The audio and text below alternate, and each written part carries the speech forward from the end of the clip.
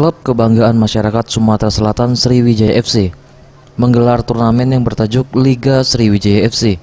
Liga ini merupakan turnamen internal Sriwijaya FC dalam langkah pembinaan dan pencarian bibit-bibit muda terbaik Sumatera Selatan yang nantinya akan dipilih untuk bergabung dalam Akademi Sriwijaya FC. Sebanyak 29 tim atau SSB dari kabupaten kota yang ada di Sumatera Selatan ikut ambil bagian dalam turnamen kali ini. Dari 400 U12 ini aku yakin sekitar 20 orang, 40 orang yang terbaik. Yang terbaik inilah yang akan kita didik di akademi.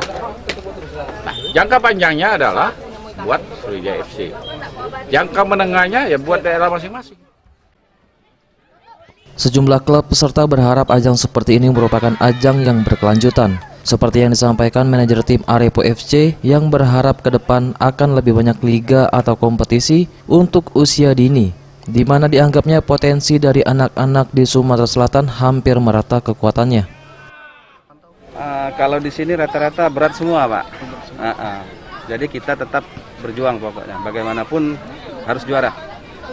Ya, harapan kita ke depan ya supaya kalau masalah event-event ini kan ya lebih banyak, lebih bagus setiap tahunnya sih. Jadi jangan fokus di ini aja kan.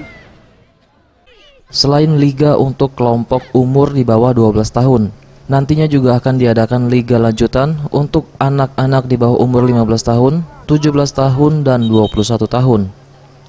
EZPM Sriwijaya TV.